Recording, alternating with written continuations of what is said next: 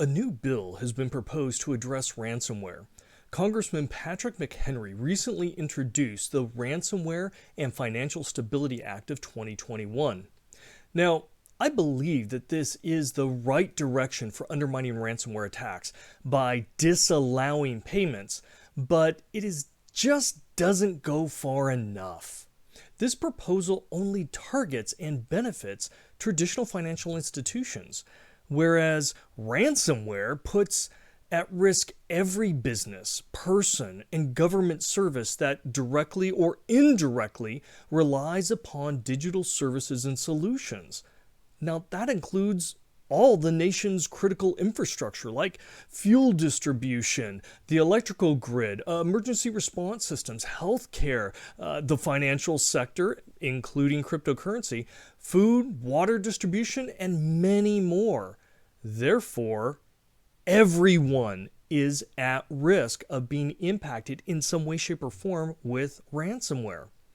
And this bill does begin to explore the fact that establishing regulations to forbid payments by victims to attackers, well, it creates an undesired environment for those cyber criminals to operate. Why would they attack victims with ransomware if they know they won't get paid? This actually leverages the very motivation that they have against them and moves them back to traditional methods that are far more manageable by us defenders and far less damaging to the nation as a whole. This proposal, however, does not go far enough. By only specifying the financial sector, threats will simply redirect their attacks to non-financial areas and still ravage the nation because, well, we're all connected. What is needed is to ban all digital extortion payments to truly discourage all ransomware attacks in an effective way. Now, I am excited and think this legislation is a positive step forward because it gives a hint that some members of Congress might just be moving towards productive measures. This act shows Congress recognizes, one, the importance of crushing ransomware attacks as it is impacting national critical infrastructure, growing at phenomenal rates, and is funding our enemies.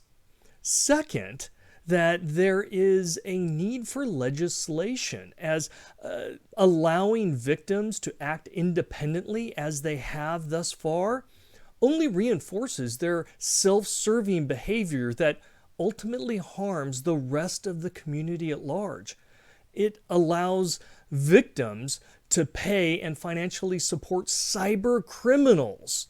And that is exactly the game that the ransomware attackers want us to play. Why? Because they're winning in a huge way. That has to change. And it will require a national level strategic plan.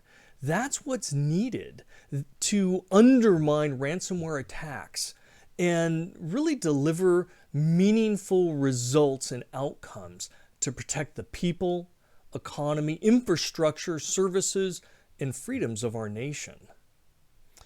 Thank you for listening, and please share your thoughts, your concerns, your ideas, and let us never forget that we have a common enemy here.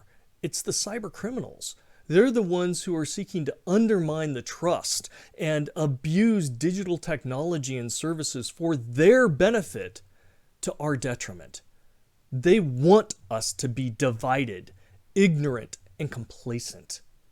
We are all stronger when we communicate and collaborate together. So I urge you, share this, comment, give your feedback. Let's have some good conversations.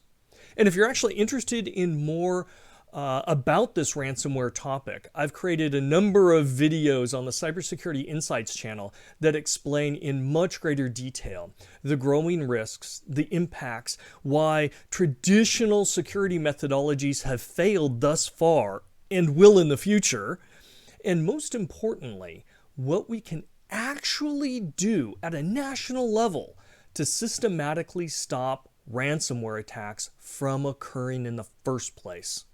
I'll put a link in the description below.